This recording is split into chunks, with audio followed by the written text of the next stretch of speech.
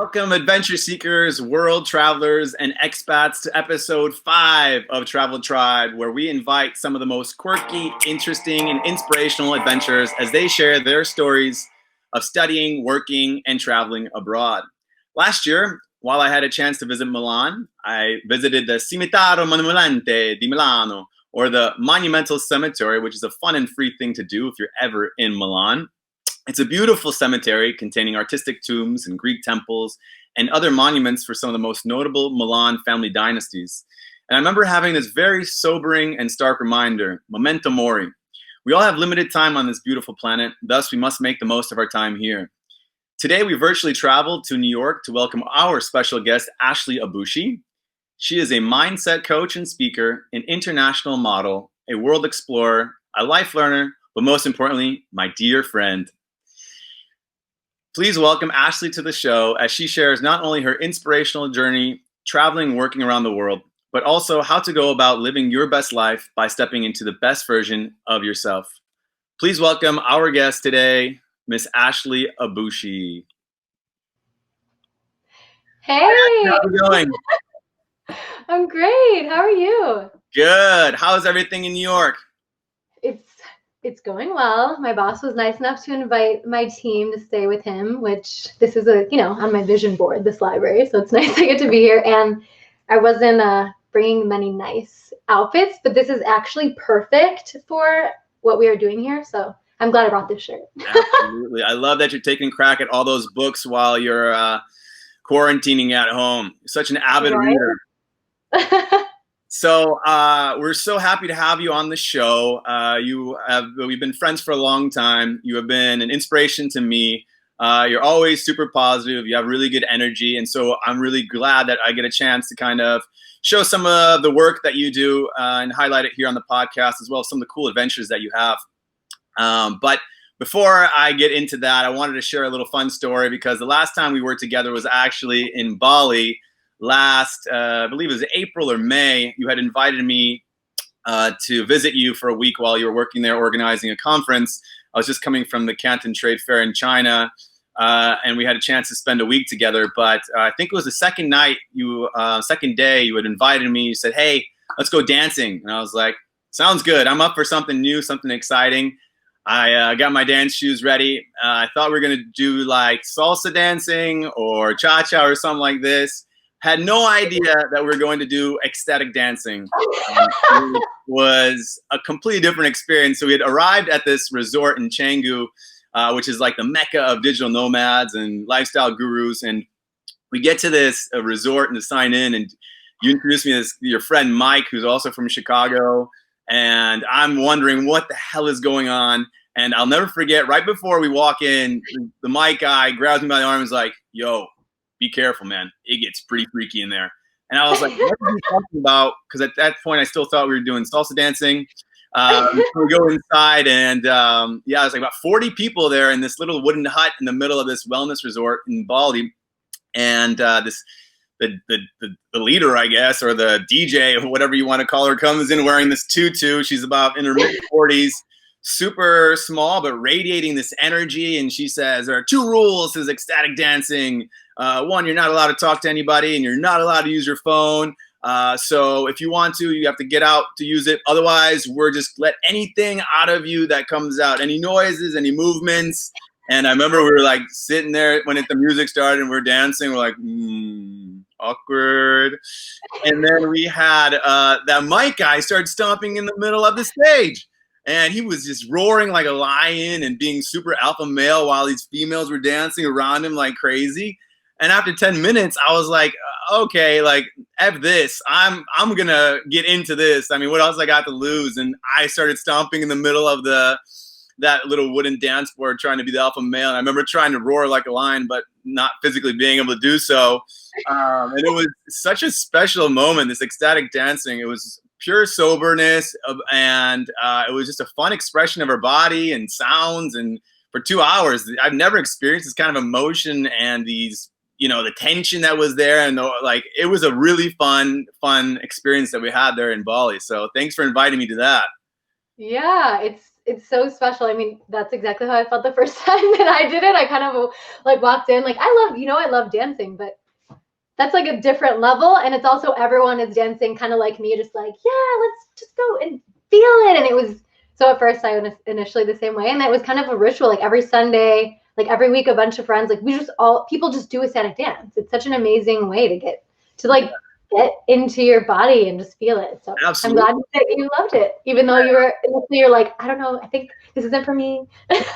Yeah, it was completely outside of my comfort zone, but I was super glad I did. And I think a lot of your female friends were there really enjoyed it because it was like a non-threatening environment. Nobody's coming up to, grind on you or dance on you. Everyone was just kind of having fun and, releasing their energy. It was a really, really fun experience. So, but anyways, super glad to have you on the show. As I mentioned, you have an incredible journey, an incredible story, and I'm ready to dive into it. So let's just get some background information on your experience with travel and what inspired you to start traveling as a kid or whenever it had begun. Sure. Okay. So, you know this, but each of my grandparents are like purebloods, like they're from a different country. So my parents are first generation on both sides into the States. So my mom's dad is from Greece. My mom's mom is from Puerto Rico. My dad's dad was from Palestine, and my dad's mom was from England.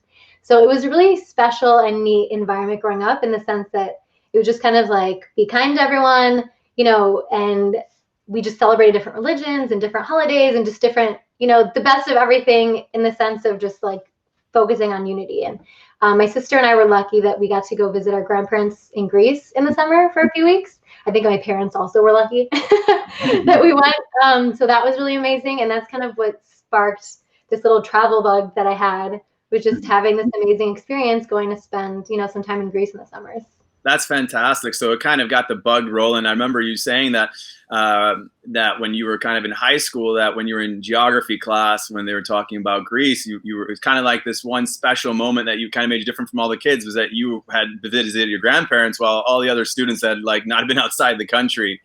Yeah, I would get so upset with my mom and dad. I'm like, why don't we have a nice car? Why do we have, why do we have this and that? And everybody else has all these nice materialistic things. And then it's just kind of like all of a sudden she's talking about this. I think she's talking about the Acropolis. And I'm just like, oh yeah, of course. Like I've been there. I've been to that museum. I've seen that. And she's like, has anyone else?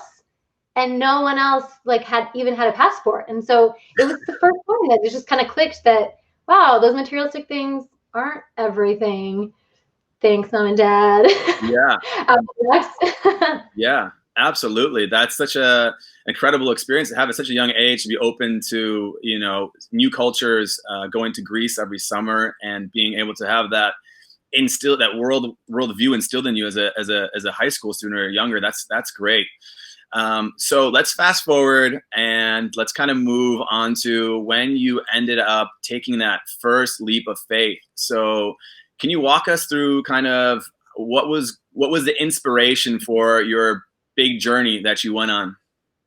Yeah, so I was always doing different things. Like I was modeling from a young age, but I was also like double majoring in school, and I also worked at a restaurant, and I also was a bartender, and I also worked at a Greek museum, and like I just did all these things. And then I was a projects manager like after that. And I just was like sitting in my office, and I'm like,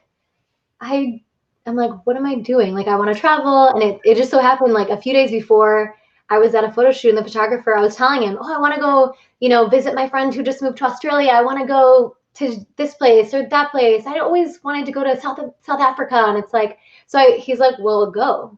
Like, why not? Like, he's like, if I can do it, because he had lived and worked all over the world, he's like, anybody can, and like, what's the worst? You just come back, you know? I'm like, oh my God, you're right. And I was like sitting in my office, like spinning in my chair. I'm like, what am I doing? Like, what am I doing here? Like, yes, I'm gonna go. So I just like kind of walked out and told my boss, I'm like, I'm actually gonna leave. And I was like, Yeah. and they were just trying to get me to stay. And I'm like, I'm just not, I wasn't in a place. I kind of was thinking like money comes and goes. I can make money later in life. I just kind of shifted my priority from stability and income stability to travel. I'd always wanted to travel. So it's like, I worked so hard in school, like never missed a class unless it was for a big campaign. And so I just kind of like, I'm going to make it happen. And so I had this itinerary and you know, I'm going to go to Australia and see my friend Natalie. I'm going to go to South Africa during season so I can do some modeling there. And it was just like, of course I was going to Greece, and it's like anywhere I had a layover, I was like, well, I'm going to stay for like 5 days or a week. Like, why not? I'm going to go and make friends and meet new people. And so it was just such an amazing like 10-month trip that I went. And I didn't go like around the world. I went to the end of the world and back just because of how everything worked out. But it was so amazing. I did Greece, Turkey, Dubai, Singapore, Australia, New Zealand, Hong Kong, and South Africa on that trip. Look at that. So it was amazing. Look at that travel resume. And that's impressive. And it kind of sounds a lot like the stories we've had so far about this inspiration comes into your head. And I kind of wanted to analyze it quickly. And did you have any fears before you left? And if you did, how did you overcome those fears? Yeah. So, I mean, it's kind of a scary thing, right? Like, I didn't know people anywhere. Like, I knew a few people in a few other places. I also didn't have a bunch of money that I could, you know, use. So it was a fear of like, okay, what do I do? Where am I going to stay? You know, it's just kind of like the fear of the unknown, because it's so easy to stay stuck and stay unhappy in like a mediocre life if that's how you feel about something, just because you have this structure and stability. So it's like, I was willing to kind of like give that up, but it was still scary. Like, I was taking steps to make it happen, but it's still, you know, scary. So it was neat. One of my friends mentioned, they're like, oh, have you ever done couch surfing? And I'm like, kind of a germaphobe. And I'm like, what? I'm going to stay on local people's couch like strangers on their couch? And they're like, yeah, it's great. Just check it out. So I was thinking, okay, even if I had the time or the money to pay to stay in a hotel everywhere, I was like, which I didn't, I was like, I don't have any friends. Yeah. So it was kind of a really amazing thing. And that's what I did my first, you know, 10-month trip. Parts of it I stayed with friends or friends of friends. I'm like, oh, your third cousin's old roommate lives in Dubai. Yeah, I want to meet them. You know, I was just like trying to be as resourceful as I could be. And it was such an amazing experience just by like stepping into the fear. Like, yes, I was nervous, but just kind of being positive and with the mindset that like, it's going to work out. Mm-hmm. And that was super helpful in so many things. It's like I would meet someone, and normally with couch surfing, you stay for like a few days, but we'd become like such good friends, and I'd stay for weeks. And it was just such an amazing, you know, such an amazing experience. And then setting that up created basically like the next almost 10 years where I kept traveling every year, most of the year, to like, you know, 3 months in South Africa, 2 months in Dubai, like Crete. Like, it was just an amazing kind of chain of events from just the network that I had built up and the opportunities that I started from doing that. That's really cool. So it sounds like you're that couch surfer that everybody dreads, that you invite them over for 3 days and they stay for 3 weeks. I'm a great couch surfer. Come on. That's great. And, you know, sometimes we get questions, especially from our female guests, about traveling alone as a female. Did you have any, did you think about that before you're leaving? Did you have any anxiety before going abroad? Mm-hmm. Take any measures to stay safe?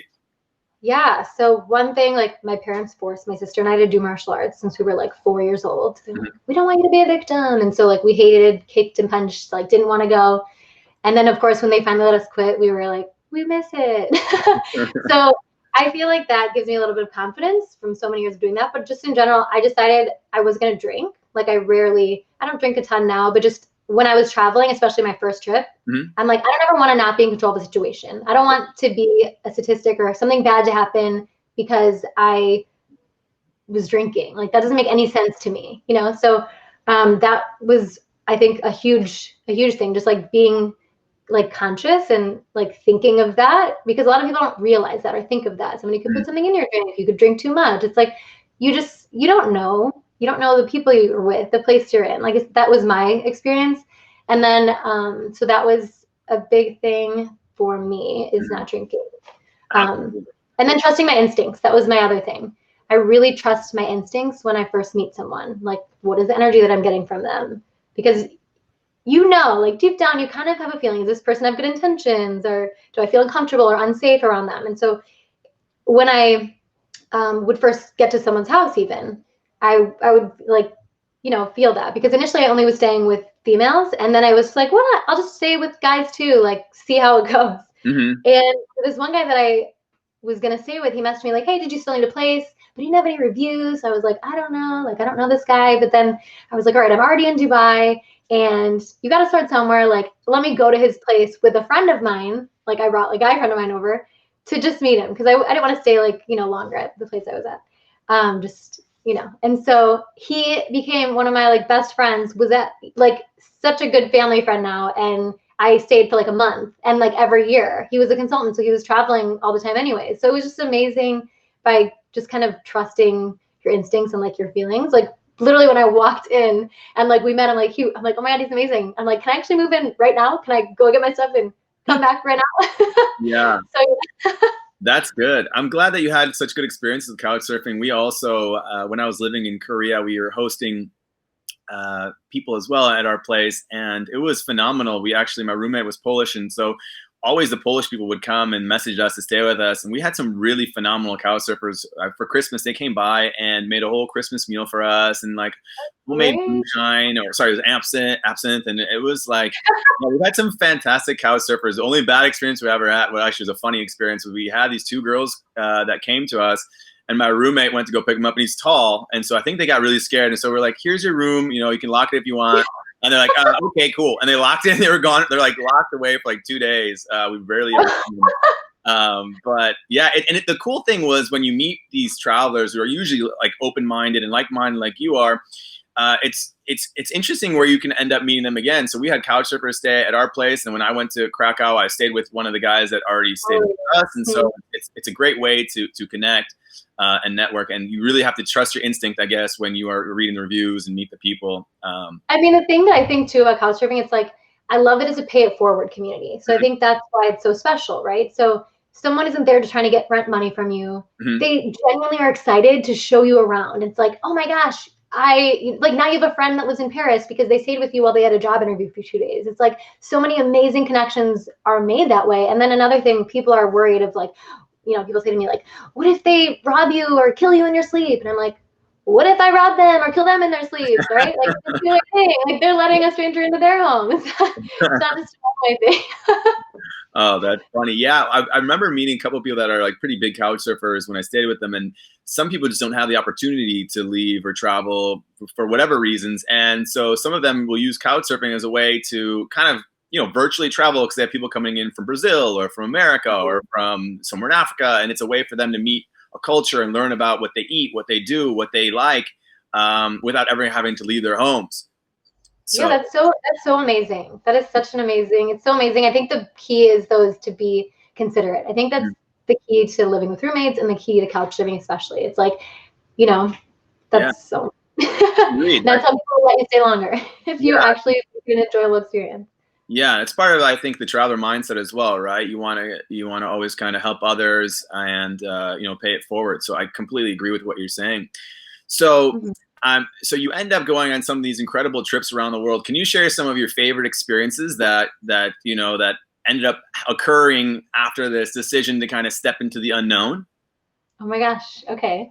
So one thing that was a cool experience was I was telling my friend, I'm like, okay, I did skydiving in Dubai. It's amazing. You've got to do it. Like, I didn't have the money to just do amazing things and eat out every meal. But I decided that every country I would go to, I would do one really fun thing, like an extreme thing, because I love skydiving and that kind of thing. So I'm like, okay, I'm going to go whitewater rafting in New Zealand. I'm going to go like, great white shark diving in South Africa. Like, I want to do all like one fun thing that I'll spend money on.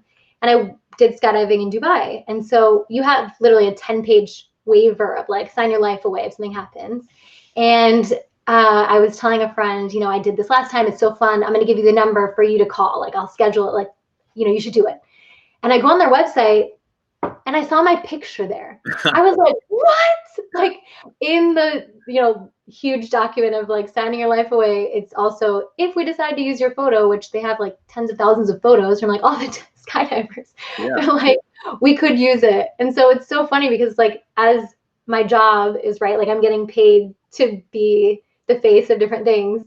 The one thing like that I pay to do is like, that's one of the most, was like such a fun and amazing experience because I just didn't know, and it was so awesome. And then I went in and they're like, I went in just thinking like, oh, I can get like a little flyer or something, you know?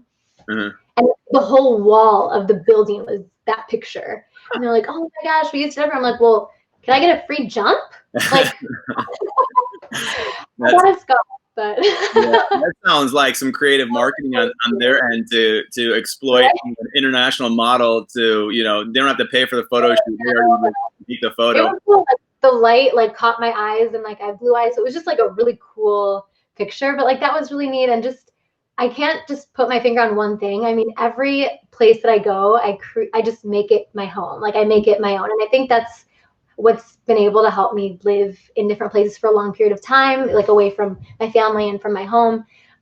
Because I kind of just like settle in right away, you know, and just, I love to make friends and like I love connecting people and have friend groups, and like everywhere I go, I'll have a farewell, as you know. So it's like, I just love getting amazing people together. And so I just feel like I create this little family everywhere I go. Absolutely. You know, so I have amazing experiences with them, all these amazing different people in all these different countries doing, you know, such different things and things I just didn't plan, right? I was in South Africa and we made friends with these amazing guys that have this group called No Danger Diaries. And so they do all these awesome things, just really fun things, like, you know, making it something fun to do and then something to make the world a better place, right? Like they'll dress up like superheroes and go into a children's hospital, or, you know, we hiked 5 people that were blind up Table Mountain in South Africa. Like they do really fun and amazing things. It had like a black light frisbee, like ultimate frisbee tournament at night on the beach. It's like fun. So they invited me and my friends to a kite surfing weekend. So it's like, I would never have planned, I've never kite surfed before. And I didn't even do it there. I just dragged along one time, but it was just like saying yes and being open-minded to just kind of all the amazing things that happen is the best way, I feel like, to travel. Yeah, I agree. And I want to touch on up on something you said about, you know, your farewell parties. And I think something that you do phenomenal is you're a connector and a networker, and you do a really good job of meeting new people. So I had the opportunity to go to your farewell party in Bali, and you had 20, 25 people there who were, I mean, I don't know how long you knew them for, a couple of months, but it felt like you guys knew each other for years. So what are some ways that you go about creating these connections and, you know, making them so close and meeting so many people when you go abroad? If you haven't noticed, love talking. I'm a talker. So kind of just not being afraid to just say hi to somebody. That's been really amazing in my life. Just saying hi to somebody in line, or just saying, you know, you find so many people that love doing similar things to you, and that's really amazing. I also really, I feel like my time and my energy, like I used to kind of focus more on quantity, right? And like be friends with every single person and like anyone. And now it's more like who are the people that I want to spend time with, and who are these people? And so trying to find these amazing people that I really align with in so many different ways. And it's neat because, you know, it's just such an amazing experience, you know, when you find these people, and then I feel like when you're aligned and happy in a lot of areas of your life, you kind of attract people that are in the situation, right? So whether you're really happy and positive, you'll attract more happy and positive people, because happy and positive people would rather be around happy and positive people versus someone who always is complaining, or, you know, full of limiting beliefs and like doesn't, you know, have much ambition maybe. So that's why I think it's so important to kind of focus on that. Yeah, that's great message for our viewers. And one thing I think you do, and maybe you don't realize you do, is you connect people to other people just out of, I don't know, kindness, or like my first roommate actually in Korea was thanks to you. I don't know if you remember, but I had posted a photo that I had just gotten, that I just landed in Korea, and you automatically put me in touch with another guy that was from Chicago living in Korea, and we ended up being roommates in 4 months. And I I think that's a really cool trait you do, is connecting people with other people, you know, because really helpful, especially for travelers, right? When you go abroad to somewhere new. So that's a really I cool. love that. And I feel like once you have had that experience where you appreciate so much, like a ride to the airport, or just like a little thing, something simple like that, or someone connecting you with somebody or something, then you just really want to do that all the time for everyone, you know, because you really see so much value in it. So. Yeah. But speaking of helping others, I know that you also volunteer whenever you have the opportunity. Can you tell me about some of your volunteer experiences and how you get involved if you're doing them internationally? So every country that I would go to, I would find a place that I could volunteer that I wanted to be a part of. So I spent a lot of time in Dubai, and there's this amazing group called Mawahib from Beautiful People, and it's young adults with special needs, arts, like an art program for them. And they're amazing and so talented. So I would go there when I'm in Dubai, when I'm not working, and spend time with them. And I just had mentioned to a friend that I'd met, I think she was on the couch surfing platform. So like, even if you're not couch surfing, you can still use the platform, right? Like I played basketball one night a week, because just like anyone who is involved in this, like travelers or people that are local that want to meet new awesome people traveling, like let's do this, you know, adventure. So that's cool. And I'd mentioned like, I'm looking for a place to volunteer. And she's like, oh, I have this, you know, I actually do photography with, you know, this amazing program. I'm like, oh, can I join you? So it was so amazing. I love that. I think it's so important. It's important to give back. And also it's so special. It's like, I'm so excited to go anytime I'm going somewhere. It's like, I feel so special that I can be a part of it. Yeah, that's cool. And I remember you telling me the story about you having your sponsored child. I forgot if it was in the Philippines or in Southeast Asia. Yeah, you had a chance to sponsor them throughout the years, and then you actually ended up going out there and meeting with the family. Is that correct? I did. So this past year, I was leaving Bali just to go. I wanted to travel somewhere near Bali. I'm like, okay, I'm working a ton. I need to actually go somewhere. Like in my head, I was thinking, I'm gonna go to Australia, New Zealand again, and you know, I'm so close. And it's like, wait, my time is almost up, and I didn't go anywhere. So I'm like, I can't not go to the Philippines and meet Jarek, who was my sponsored child for like 15 years. So I basically like spoke with him and his parents. I'm like, okay, let's make this happen. I can do this date. One of my good friends, Louise, came from Australia, and we met there. And it was the most amazing trip like ever. And we really didn't have many plans. I really hadn't realized how amazing the Philippines was. My only intention was kind of, okay, I'm going to go to where the island that he lives and leave. Like, I just didn't know much about the Philippines. And so she was saying, oh, I've been wanting to go there forever. It's amazing. I'm going to plan, like, let's go to all these places. So we went and island hopped for like 3 weeks. And it was and without plans. Like, the only plan that we had was where we were going. So it's like we were, and then the date where I was going to meet with him, I was like, okay, I'm going to spend the whole day with you guys. And we had the best day ever. They're so amazing. Mm-hmm. So it was so special to, you know, initially he didn't write, so he would draw pictures, and then his mom would write. And then it was such a special, you know, experience, like watching him grow up for all these years and then getting to meet him. But so go to the Philippines, and I recommend everyone sponsoring people. Like, yeah, that's very inspirational. We actually, when I was playing on the soccer team in Korea, I decided to have a fundraiser when I was leaving to raise money for a sponsored child. We've been on it for 4 years now, and it's actually a really cool way for us to keep in touch. So even though players have left and moved on from Korea, we still once a year donate to this cause for sponsoring this child. Actually, her name is Vadi in Cambodia. And it feels good, and it's cool to kind of keep in touch over some kind of volunteering, you know, good act that, you know, the secret to living is giving. So true. So, okay, it's really inspirational. Let's move kind of into your modeling abroad, because it seemed like you had taken a non-conventional route to pursuing some opportunities abroad. Can you kind of walk us through that whole journey? Yes. So I was with some of the top agencies in the States, so Ford and Elite, oh my gosh, like 15 years ago. And when I decided that I wanted to travel, it was like different models will go to different places. Mostly it's like Paris or Milan was kind of the big, you know, places where people would go. I just didn't really want to go there. And also I never really had the intention like, I just didn't want to be this cookie cutter figure shape. And also I was struggling with it. I was so busy with work and I just didn't make it a high enough priority to focus on that. And I liked, you know, being more athletic. And so it was more the agencies a lot of times are like, well, they'll want you if you're this, you know, these measurements. And it's like, Mhm. well, I don't want to be those measurements, but I still want to go. So I was kind of like, okay, well, I'm going to go anyways. So I basically went to different countries that I wanted to go to with my portfolio. And it's like, I had been working already. So I already had a pretty strong portfolio. So, and I would just walk into the agency that I wanted to work with, which is definitely not how it's done really. Like usually like you'll go to another country because the agency sets it up with the other agency. They already like you. They're going to like, you know, advance money for you to go on a flight and like everything's set up. But I was like, I'm going to couch surf the world and walk into agencies and just like create opportunities for myself. Right. So I just walked in and I did this kind of all over the world and found, okay, this is the best agency here. This is the agency I want to work with.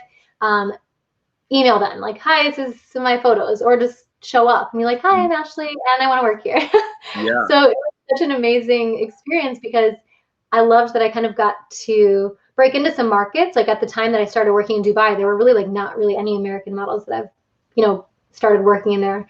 And then just get, you know, see this reaction of like, huh, okay, so like you're working, but you're not this cookie cutter shape. And like, it's amazing how it's transitioned and changed so much since then. So I'm glad to see, you know, it not being so restrictive, I think. But they would be like, well, we love you. We can't let you go. So, okay, let's try this out, you know? Yeah. So, And was there any moments of, because it sounds like you kind of really stepped into the unknown, just traveling to these countries and without any kind of guarantee of what was going to come out of it, or if you'd even get any work. Were there any moments of like self-doubt or any failures during that time period? yeah. Yeah. I mean, well, I didn't have money for the ticket. Mhm. So I was, I think like being resourceful is like the best thing you can do. So for me, and not recommending this for everyone, I got like a 0% APR card and I was like, okay, I'm going to put my ticket on this. And then when I get back, I'll like work towards paying it off. So like, I didn't have to worry about that. And so with work, it wasn't even like, my goal wasn't like to make money or anything like that. And a lot of times when you travel, it's hit or miss. Do you make money doing that? It was, I'm going to have an amazing experience. Mhm. And so, you know, at one point someone had I found out my credit card was being used in another country. I'm like, oh my gosh, like that happened.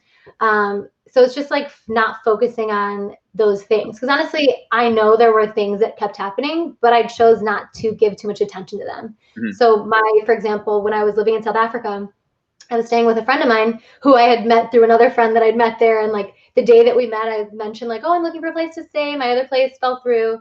Um, and he's like, oh, I have a big house and I'm by myself. You can stay with me. I'm like, oh my gosh. And we became such good friends. And the security guard, ironically, like stole my external hard drive with like all of my pictures on it. Because he kept seeing me working on it because I was transferring pictures from my laptop onto it. And so I was so heartbroken when I lost like a lot of pictures and videos from my travels. Like I have stuff that I posted on Facebook, but I lost so much stuff, not only from travels, but from family before. But the amazing thing was, it's again like where your focus goes, energy flows, right? So that's like, I'm a big Tony fan. Mhm. I'm literally living in South Africa and people don't have all these luxuries that we take for granted so often here. And even just basic human needs, like, if that's kind of my biggest issue, is that I'm like so sad that I lost photos. I'm pretty lucky. You know, I Mhm. have a lot to be grateful for. So it was, even though, you know, certain things like that happened, I just focused on all of the amazing things that were going, you know, great. Mhm. That's phenomenal that you were able to do that. I know that's never easy. We always have some kind of stories of bad things that happen to us. I always say when you're traveling, the highs are so much higher, but the lows are so much lower. You know, when those kind of things happen and you kind of lose trust, and so that is heartbreaking, and it happens, and it's part of the journey. But I'm glad Mm-hmm. that you were able to have perspective and remember what was important. So that is good. And so just to wrap things up with your modeling, what opportunities came out of this, or what was kind of the finale of this going to countries and just going to agencies? It was, I mean, I had so many amazing, cool experiences, right? Mhm. So it's like I was on billboards all over the world. I've been in like magazine covers and in magazines all over the world, which is so cool. And like on different TV commercials all over the world. So like that was really cool. I got to, um, I was featured twice in GQ South Africa. I was the MC for the Rugby Sevens, which was really cool, one year in Dubai. And I got to be like working at the Formula One in Abu Dhabi a few times. That was, so it's like, there's so many cool different things, you know, was that I got to do because I did, you know, go Mhm. went for it. Yeah. That I would never have imagined, or I never would have, you know, thought about. Yeah, I have the same kind of history and experience with that as well. I always feel like you're either spiraling up or you're spiraling down. You're kind of never at the status quo. And you know, I just recently last year started doing some improv comedy, enjoyed that, and that led to emceeing some events. And then that led to this podcast. And it's interesting how, you know, this one event, you know, of you taking this leap of faith and stepping into the unknown of, you know, going, I can imagine how much anxiety you must have felt going to these agencies trying to sell yourself without anything guaranteed, you know, having it on, especially your flight, on your credit card loan, and just seeing one thing happen and then just kind of spiraling up, all these great experiences, and in the end being featured on GQ in South Africa. That's really inspiring, and it's amazing. So if you would have stayed in Chicago, do you think you would have reached that same pinnacle? Or Definitely not. Mhm. And I mean, like, it's so, I mean, I remember like I was in Greece one time and I get a call from my agent. She's like, hey, can you go to Santorini tomorrow? And I'm like, what? She's like, yeah, you have a job in Santorini. I'm like, well, I always thought I would go there on a romantic trip, but yes, like, of course I will go to Santorini tomorrow. So like, I would never have gotten a call like that, right? Mhm. Like, or it would have been much harder to get a call like that. So it was just so many amazing things happen, but you grow so much as a person. So not only did like my portfolio grow and like my experience in the industry grow, but it was just, I learned so much about myself and I made the most amazing lifelong friendships and connections and networked. And I mean, the experience that I had, I was just even like looking through to find pictures and videos for you. It just made me so happy. Last night I was like up later than I have been in like, I don't know how long. That's great. Yeah, I mean, that's so cool, right? They're like, hey, you know, we have a photo shoot in Santorini. While if you're in Chicago, they're like, hey, you can go down to McCormick Place and we're doing like this shoot, or go to that Red Line, and you know, so super cool, the opportunities that came out of that. So Yeah. you were mentioning mindset and mindfulness, and it seems that this is kind of the space that you're kind of moving into. Can you tell us about your journey towards this space? Yeah. So even though, you know, I had traveled and I had done all these cool things and I came back to the States for a little bit and I just kind of got really depressed. And I think, you know, it took a while for me to realize that like, oh, wait a minute, like I can have adventure anywhere. Here I'm thinking like, oh, I'm not going to have a good time. I'm not going to be happy until I leave again or until I go somewhere again. And so kind of just remembering that and like also learning that, wait a minute, what am I doing? I have the control to control my mindset and to, you know, decide what things mean and change, like do all these things that I just kind of gave away my power to, you know. It's like, oh, I'm not happy because of this person, I'm not happy because of this agency or this job, or like I don't like being living in here. And it's just like, wait, like that is my choice. Right? Like no one is forcing me to do any of those things.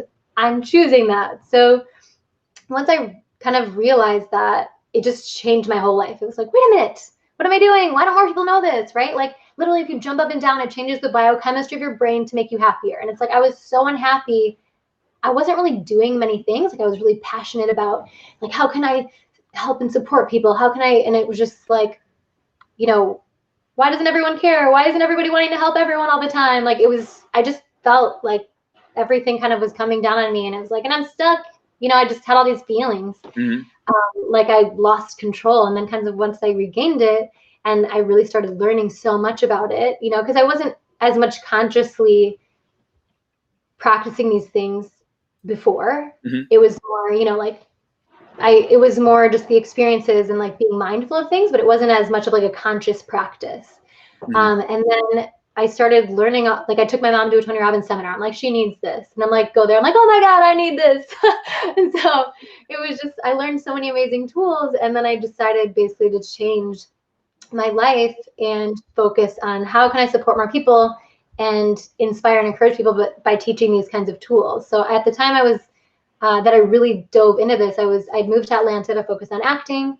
And I just kind of went to my acting coach one day and I was like, I just feel like, I don't need to focus on acting to have a platform to, have a voice to inspire people. I just want to start inspiring people, I like it and it's fun acting and modeling. Just like, it wasn't like what drove me anymore, So then I moved to Bali to like run operations for Joel Brown and Emil Steenveld. So we did this amazing event called Elevate, and that was really awesome. And I was there for about 6 months. And then now I am in New York, helping build a company called Aruta, where same kind of thing. Basically, how can people live, happier, healthier, more fulfilled lives is kind of my mission. So yeah, that's kind of how I got into it. It was from being in a not so good place and like pulling myself out of it. So that was, that was my process. Yeah. And so while you learned all these kind of tools and strategies, what are some kind of advice or tips that you give to people you work with in order to get out of these ruts or be better at practicing gratitude? Yeah. Okay. So one thing that I think is super important that a lot of people don't realize is words have power, right? So I do my best not to say like anything after I am that I don't want to be. Like, I don't want to be, sick or like, I'm not going to say all the time, like, I'm sick, I'm, lonely, I'm depressed. Like, I don't want to be those things. So I don't want to say them because you're attracting what you say, like, and you're believing what you say. So, and it's funny because the more I say I'm excited and I realize I actually say it all the time, the more excited I get. Like, I get so excited.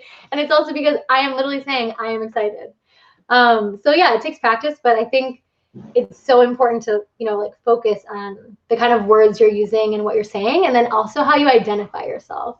So like, funny story, so I know Jordan because my first boyfriend was, my senior year in high school, and he and Jordan were good friends. And I never really dated. Like, my parents were getting divorced when I was in high school, and I was really busy in sports and like doing my own thing. And so after, like anytime I was single, it was like new to me. It was like, what is this being single? It's weird and I'm awkward. It was like how I was thinking. And so like, it was just a funny thing. Like, I would joke, and make fun of myself. I was like, I'm awkward around guys that I like. And one time this guy messaged me, or no, he called me actually after he dropped me off. Like, we were kind of hanging out for like a couple weeks, and he called me and he's like, after he dropped me off, and I was like, what is he calling for? And he goes, did I do something to make you uncomfortable? And I'm like, no, why? He's like, because you got out of the car when it was still moving. And I was like, oh my God. So it's funny because not only was I saying I was awkward, like obviously I wanted him to kiss me, but I was, nervous, and I literally identified with I am awkward that I was doing awkward things. Like, who does that? I did that. You wanted to see how athletic he can be to try to kiss you while driving, right? You're like, pay attention to me. I was like, most important, kiss me. Well, I was nervous. It's like how often do we get in our own way, right? It's like in my head, I'm like, oh no, it's gonna be awkward. Like, but it's like, but no, that's actually what I wanted. So I didn't want to identify with being awkward, which I did, and hopefully I'm not doing that anymore. So it's kind of like, how are you identifying yourself? Do you identify yourself as, with like a limiting belief or a belief that doesn't serve you? So it's like, I'm not a morning person, I can't exercise, or I can't wake up early, or I am always going to be late because I'm a late person. It's like, literally, you're defining yourself. What you say, what you think, what you believe, that can change. It's your choice, It's kind of just like, I don't want to be awkward, so I'm not going to call myself awkward anymore. I'm not going to roll out of cars. Just so I can get a visual in my head, did you just like, while the car was moving, did you get out and start running on the car, or did you roll out? Like, what was the? It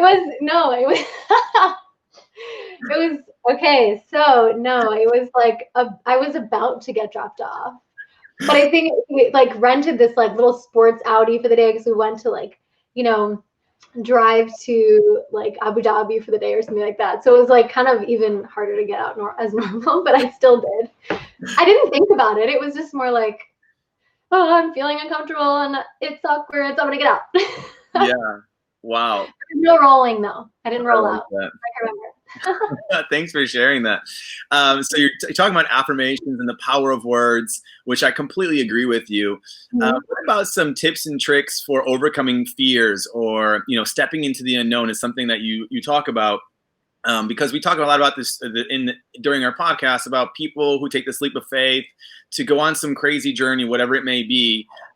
So how would you recommend for somebody to overcome their fears?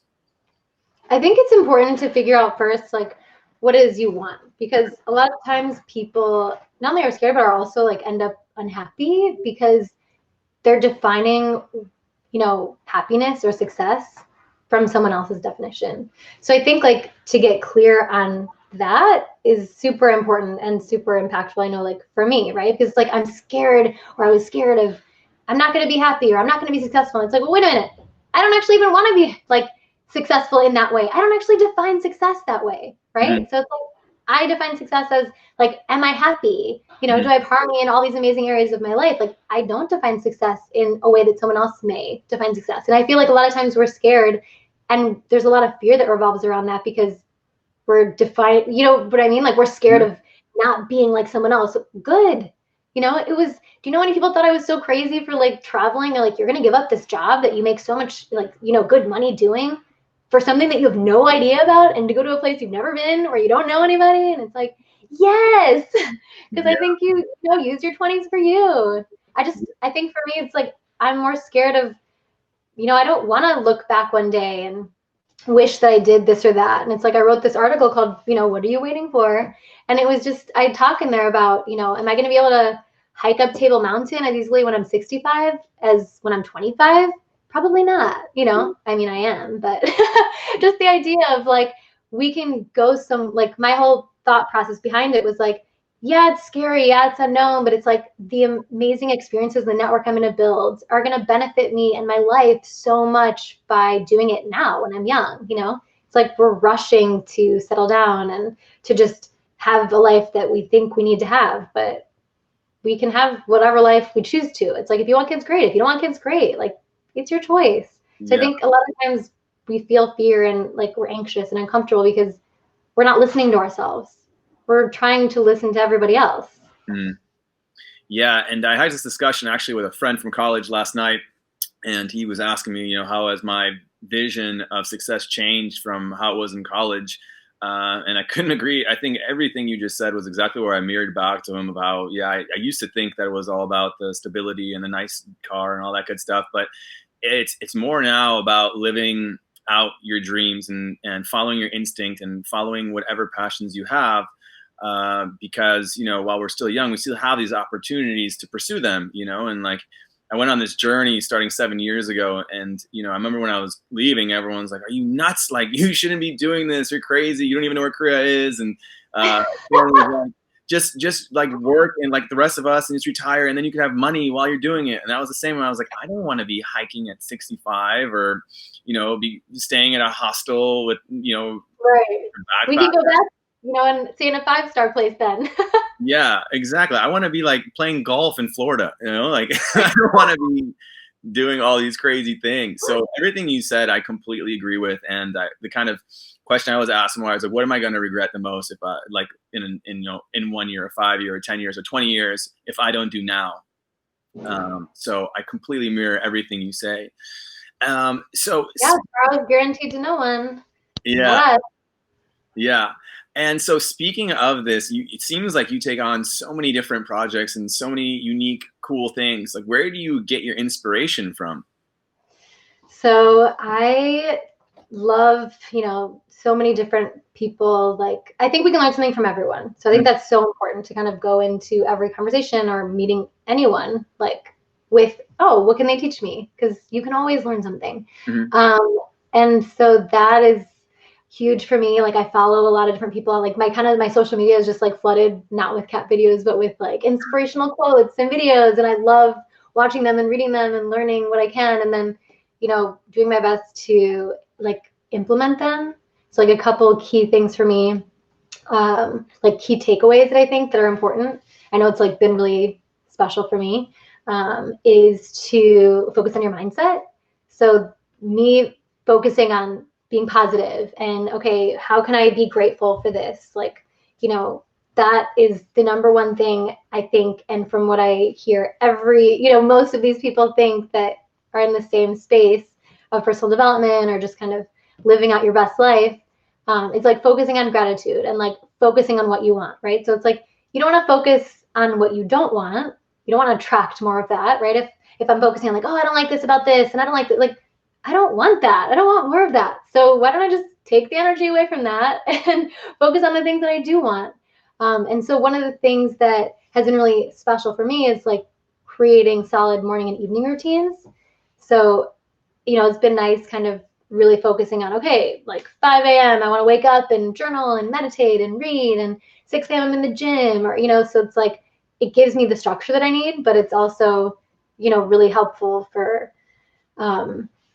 getting to where I want to be, like we all have the same 24 hours in a day. If something or someone is a priority to you, you'll make the time. Mm-hmm. And if not, you'll make an excuse. And like, that was something that I know from even, having 4 jobs, double majoring in college, right? And having a full-time boyfriend. It was like, okay, if I want to spend time with this person or call this person, like, I'm going to make the time. Yeah. Yeah. So like, you got to prioritize and you got to plan, and like, you need to make time for things that are important to you. And like, since our lives and like ourselves, like we're all we are, we're just made up of like our little habits and like everything that we do. So it's like, I can't go to the gym one day in a month and just be like, work out harder than everyone in the gym and then all of a sudden expect to have a body better than everyone else. It's like, no, it's, are you eating clean for the most part every day? Are you exercising and moving your body every day? It's like all these little changes, these little habits, that is what makes up your life. That's mm-hmm. what makes up the life you have, the job you have, the relationship you have, the people in your network that are, around you. So like, I think that's been like a huge thing for me. Mm-hmm. So yeah, that's great.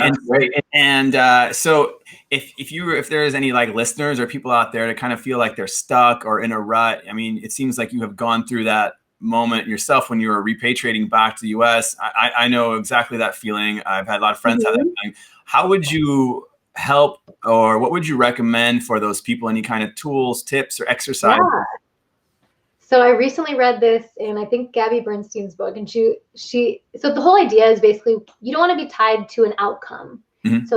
So it's basically, okay, let's say I want to, get, I don't know, this job. I'm applying for a job and I really want to get this job. It's focusing on like, I want to get this job or something better. So if you don't get that job, you in your mind already know it's because something better is coming along. And mm-hmm. I think that's how it is in everything in life. And if we just stop trying to force things, because that never really works anyways, right? If you're trying to force a job or a relationship or anything, it doesn't work. And you're just holding yourself back from something amazing that is going to work out, mm-hmm. by forcing something. And why are you forcing it? Right? So it's like you miss your train and it's like, oh my God, I missed the train. You could A, be upset about it, or B, open your eyes, take a deep breath, and meet your best friend standing next to you who just so happens to take the next train. Mm-hmm. It's like you never know what's gonna happen. So I think that's been really super key, is just kind of focusing on, like your life happening for you, not to you. Like mm-hmm. that's so important, right? Like just know that. And then whenever some outcome doesn't happen that you want, just know it's because something better is coming along, and you just have no idea what that is, because a lot of times if we've never had something, we don't necessarily know we want it, right? If you've never had an amazing relationship, how would you know what's an amazing relationship? If you've never had, a job that makes you so fulfilled and so happy, and so if you've never had that, how do you know it exists? So it's kind of just knowing like there can always be something. So just to kind of like, mm-hmm. be present. Yeah, that's very well said. Very inspiring.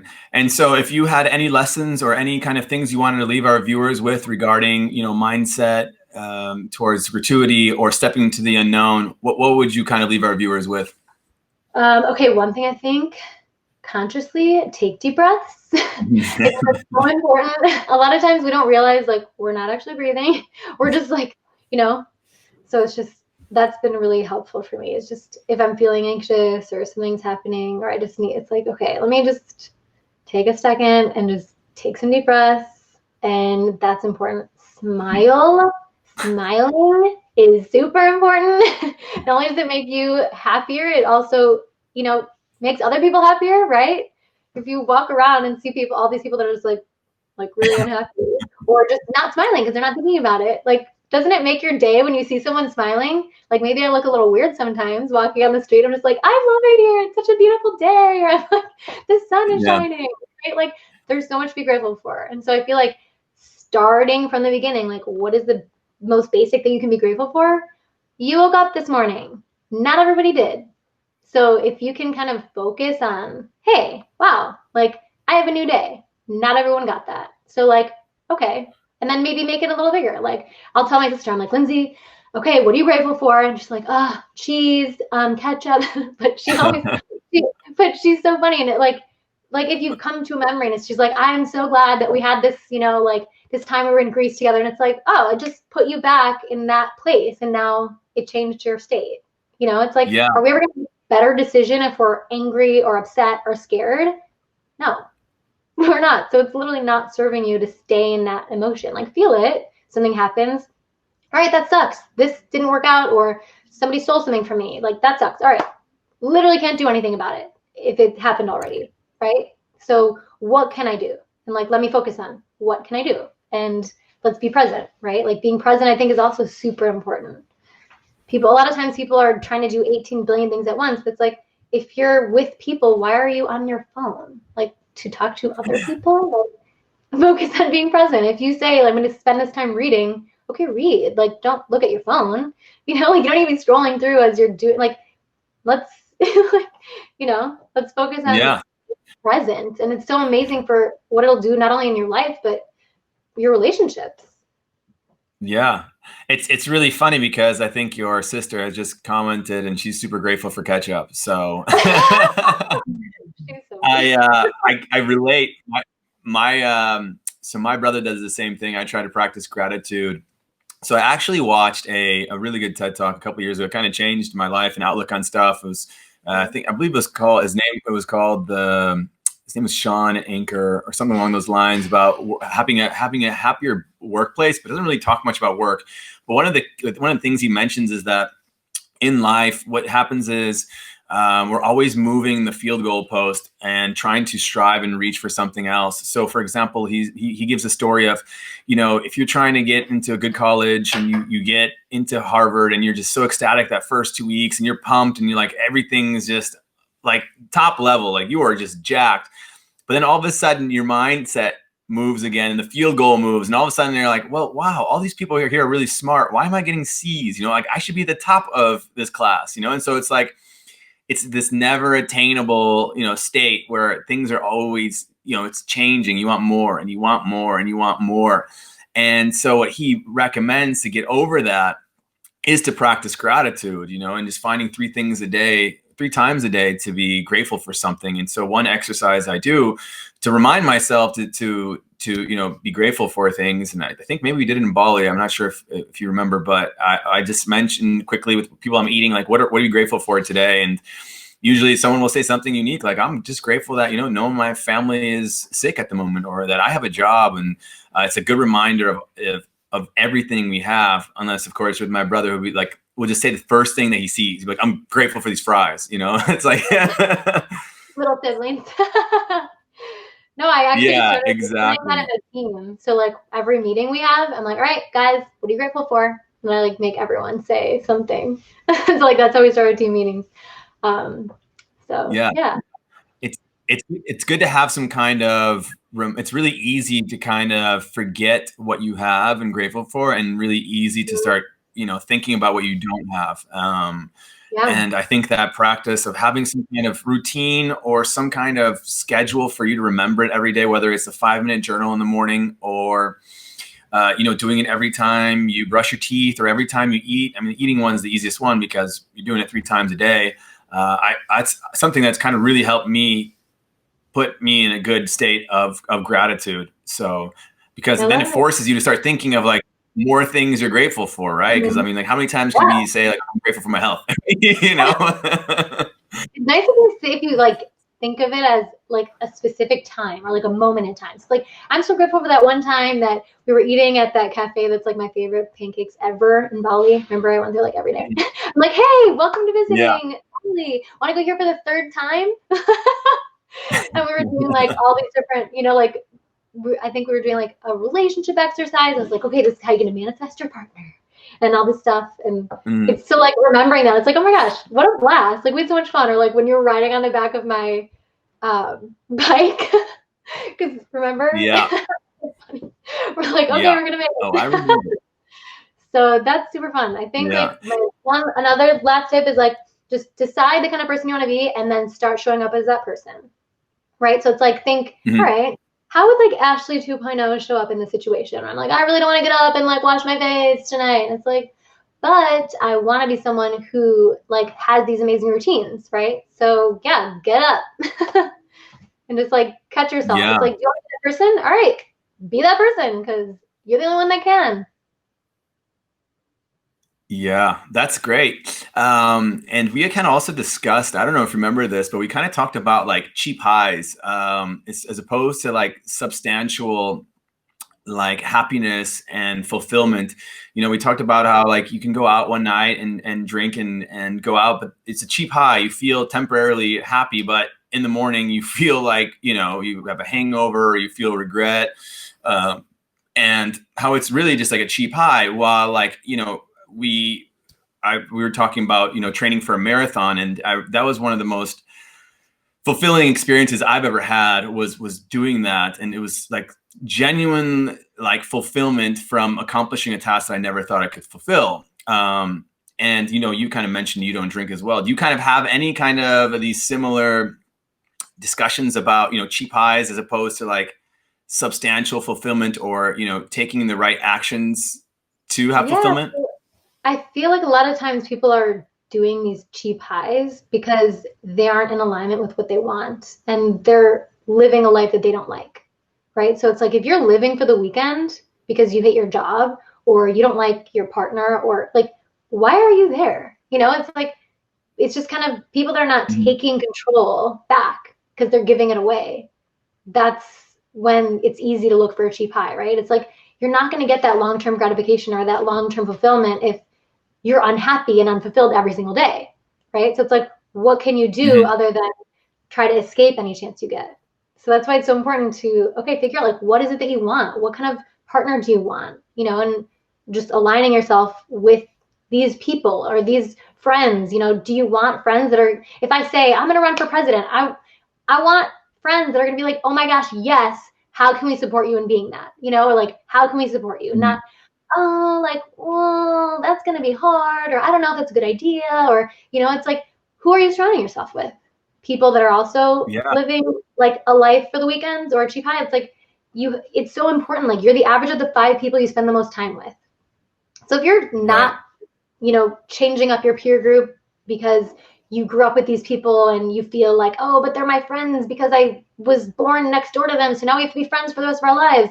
No, you don't, right? If they're not supporting you in the things that you want to do and the kind of person you want to be, and then it's okay. Like, be grateful for the time that you had with them, but just give yourself permission to add new people into your circle. I think that's so important. And that's going to be such a huge thing because like, if I talk to you, it's like, I get so much energy of like, oh my gosh, Jordan, I'm so happy to talk to you. And it's like, what are you doing? What are you doing? And it's just, when you have these kinds of relationships of like friends that are not also searching for these cheap highs, friends that are going to kind of kick your butt and be like, no, that's a limiting belief. You're just being lazy. Wake up earlier. It's just kind of like everyone helps like build each other up. So yeah, I think that's so powerful. And I recently, and in the last year, have realized the power of this. I read the Napoleon Hill book, and he talks about mastermind and creating this. Yeah, there it is. Nice. And he discusses the power of having this mastermind of these, this support group of, 4 to 5 people, small group of people that support you. And I met some people last year who tell me about their own mastermind, and they're having them every week, every Friday. And it just sounded so much fun. And I was kind of like trying to make my way into it. I was like, oh, maybe like I can come join you guys like one weekend, and like, yeah, no. And so I was like, why don't I just create my own mastermind with people that, you know, that I like love to spend time with back home. And so we started this journey in January, and it's so supportive. And what we do is we meet once a month, and we first start off by just doing a quick check-in, and then somebody kind of presents something that they have some knowledge or expertise in, and then we have another individual that shares any kind of issues they're having, and they can be business related, emotional issues, personal relationships, any kind of problem, and the other 4 guys give feedback on, you know, how they view the problem and what kind of actionable solutions that person can take. And then the next week we meet up and we see how that turned out. So I think it's been such a powerful force in my life to have that support of like people that are holding you accountable as well. We have like a goal each month of you have to do something, and we have accountability check. Like, did you do what you said you were going to do?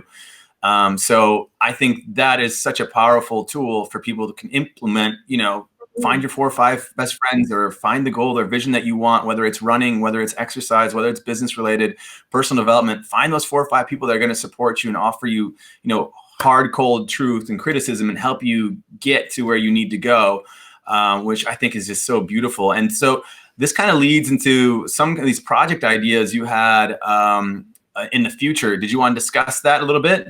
Yeah, so I totally agree with you. And I was, my friend Lisa and I were creating something similar called Dream Teamers. So we're excited, just kind of like, it's so important just to have like accountability friends to check in with each week, you know? And I have so many amazing people in my network that I love connecting with each other. And so it's like, okay, wait, why am I only connecting people like in the same place? Or if someone's going, right? So it's like, oh, I'm going to Bali. I'm like, cool, let me connect with people in Bali. And it's like, wait a minute, I still have all these amazing people all over the world. Like, why don't we just connect now? Like, why doesn't everyone just meet now? So yeah, that's my plan. So I'm really excited about it. Cool, Ashley. I'm so excited to see where that goes. I think it's a really valuable thing for people to kind of, you know, achieve more than they think they can. So I'm really super excited for that. And I'm super excited for some of these tips and tricks and ideas you have for helping people step into the unknown, find more fulfillment, and, you know, practice gratitude and shift their mindset for that. So thank you for that. Before we leave, though, I wanted to kind of put you through our Travel Tribe toss-up, where I get to ask you 3 questions. Hey. Are you up for it? Up for it. All right. So the question we've been asking so far, and I've gotten so many good responses in the last week, especially people who've been traveling a lot. So the first question I want to ask you is, what is the most underrated destination you have visited? I would say the Philippines, just because I had no idea how amazing it was, and it is so amazing. It was so amazing and so beautiful. So I would say the Philippines. Add that to your list. Greece obviously is a favorite. Greece is amazing, but everybody knows it's amazing. I feel like I just personally had no idea how amazing the Philippines also was. So yeah. And what were some of your favorite places in the Philippines? Boracay, El Nido, or where did you like best? That was amazing. And Siargao was so amazing. It's a really tiny island, and I would say, yeah, like every single place though that I went to in the Philippines for its own individual reason was amazing. Yeah, that's cool. I like that. Good answer. So Philippines, this first vote we got for that. Second question. What food? I know you're a foodie. You love eating and checking out cool new restaurants. I'm sure at abroad you've had some unique food choices. Was there any kind of food that you originally thought was going to be really terrible and ended up being really delicious? Really terrible that I thought would be really delicious. Or let me think. I can't think of anything. I can say my favorite food. Gosh, really terrible. So I eat pretty much like gluten-free vegan. So I can't remember. I feel like I tried something that I knew that I wouldn't like, and that's like all I can remember. Like when I was in Japan, like for some reason it's like keeps like I feel like haunting my memory. This is before I like didn't eat meat anymore. This person I was with, like, my dad used to work in Asia and connected me with like a contact of his, and his son took me out to walk around in Tokyo, and he's like, oh, try these. They're like these octopus balls or something. I don't know. It's like just like fried octopus. And it's like really, I don't know how to explain it. But I had a feeling, I was like, I don't think I'm like that. Like it wasn't, I don't know how it was. But I was like, I just knew, I'm like, I am definitely not going to like that. Like I just could feel like I was not going to like it. And then I just like ate one, and I was like, I like still remember this. It was like 10 years ago. And I like never forget. I was like, this is, I didn't like it. And I just, yeah. But my favorite thing is probably, I love donuts and sweet things. I also love Greek food. So I would say if people haven't tried loukoumades, it's like a Greek donut. It's amazing. Okay. What's on this donut? I've never even heard of this. What's on this donut? Is there something special about it? They're like little balls. They're not like a donut shape like the US has. Like it's like they're all little cake donuts, like little cake mini donuts. Uh-huh. And you can put honey on it. You can put like any kind of topping you want, chocolate sauce on it, whatever people want, and like some walnuts. It's cinnamon. It's so good. All right. Sounds delicious. I'll have to give that a try next time I'm in Greece. Mm-hmm. But I want to get into the last question, and this just popped in my head because you already shared one funny story, and I'm ready for the next one. What is one of the most embarrassing things that have happened to you while you're abroad? So any kind of cultural misunderstandings, any kind of falling out of cars or tuk-tuks or scooters on dates? Wait, I already said embarrassing ones, Jordan. What is something else? Was that enough? Was that enough for you? Like, something that's embarrassing that happened.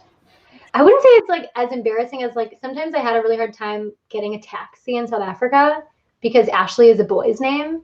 Yeah. So it'd be on the street, like trying to go somewhere, trying to argue that like I'm Ashley. I'm like, and they'd be like, no, we're waiting for Ashley. I'm like, I'm Ashley. No, Ashley's a boy's name. And I was like, and it's funny because my host, when I couch surfed in South Africa, a friend of mine was with me and she like booked the place. And so I got there and he was kind of surprised I was female. It's like, oh, because she said she was with Ashley. And I was like, oh, but like, so I think that's like a funny thing. Like I just never have experienced before of like, no, I'm Ashley, like trying to like prove I'm Ashley before. Because it happened quite often, like trying to get a taxi. Yeah. Like I would order a taxi and be like, no, my gosh. I'd be on the street, be like, let me in. No. Yeah. They're like, let me in. They're like, you're not here for us. So that's like a funny, awkward thing. Yeah. I have actually the opposite experience when I get Uber drivers a couple of times in Europe and abroad as well. As the Uber driver like shows up and I look at his picture and I'm like, this doesn't look like you. You know, it's like a 25-year-old man in the Uber picture and there's like a 90-year-old man driving. And I'm just like, is this you? He's like, yeah. Okay, get in. It's like, all right, well, I hope I don't die. So thanks. So. Okay, I thought of one. All right. One. Well, I had overpacked, like on my 10-month trip, like I was trying to be like, not pack too many things. I had one suitcase and a backpack and a small suitcase. Like that's great for like 10 months and like 5 continents, I thought. But of course I was getting a few things as I was going along. So my friend and I, we were like, getting rid of things, but like also getting things. And so sometimes we'd go to the airport and like she'd be sitting like I remember like she was sitting on, we booked a budget airline. Big mistake. You don't get a checked bag.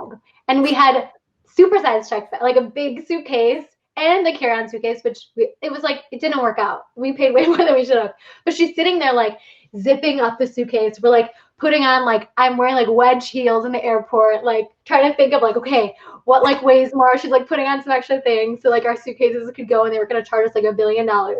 And then she goes, and I had like, I don't mind like embarrassing myself about this because it was so funny. So I had this like bathing suit top that was like kind of padded, it had like, I don't know, it was like, I don't know how to explain it, but it was like a water, let's say it's a water thing. And so we like walk through security and she like looks at me, she's like, Ashley, do you think when they ask if you have any liquids on you, you have to say like, yes? Like, and like check the top I was wearing because I'm walking through with liquids. So that was funny. We're Yeah. walking through, we're like looking hilarious. She was wearing like a cowboy hat. I don't even know why she had that, but that was hilarious. That's a great story. And it reminds me of every time I fly in Southeast Asia, when I'm going in between those countries, the flights are super cheap when you're going between, you know, Bangkok and Kuala Lumpur and Denpasar. And, you know, where they get you is the baggage. So I'm like, I'm not going to be paying for this baggage. I can make it under 7 kilos. And of course, I'm nowhere near 7 kilos. So there are definitely times when they're like, sir, you need 4 kilos. And I'm wearing like my dive BC. I have the regulators around my neck. I have like 2 pairs of pants. And I'm like, I'm getting on this flight and I'm not going to pay your $400 baggage fee. Right? So, like, I'll wear 3 yeah, coats. I've done that a couple of times. Yeah. Oh my gosh. I remember one time in Kuala Lumpur, I was getting on and I had like 2 sweaters on and 2 pairs of pants. I thought I was going to like pass out from heat exhaustion and how hot it was. I mean, Malaysia's hot, you know? And so I was getting through security line wearing I looked super shady. But I totally relate with you. You gotta budget. You gotta be resourceful sometimes. You're not going to pay triple my flight ticket to be, you know, visiting someone in Bali, right? Yeah. So, that's a great like little insider tip. Never pay for that extra baggage in Southeast Asia. Walking through the airport with wearing way too much. Yeah, of course. Well, Ashley, it's been such a pleasure to have you on the show. You're an inspiration to me, and I'm sure an inspiration to many others. I love your story. I love your journey. I love your positivity. Every time I talk to you on the phone, I just end up with a smile because you're always just radiating positive energy. And it's really nice to see someone that's authentic and genuine, that's wanting to help people and has a really more remarkable story. And isn't just sharing, you know, photos on Instagram, you know, of, you know, just trying to highlight this life, but you're genuinely living out the kind of life that you talk about or you preach. So that's why I wanted to have you on the show. And I'm really thankful that you were able to join us. I know you have lots of cool projects down the pipeline, and I'm sure we're going to hear about you a lot in the future. If you are interested in following Ashley, she is on Facebook. She's on Instagram at Ashley Abboushi. Feel free to check her out. She also has her own essay, What Are You Waiting For? Quickly talking about her story, which we'll have in the show notes once we publish everything. Just an inspirational person to have here on the show. Ashley, thank you so much. And is there anything that you want to leave our viewers with? Oh my gosh, thank you so much for having me. I think just everyone, like, stay healthy and live your best life. Because you can do it. All right. So I was going to say, like, what are you waiting for?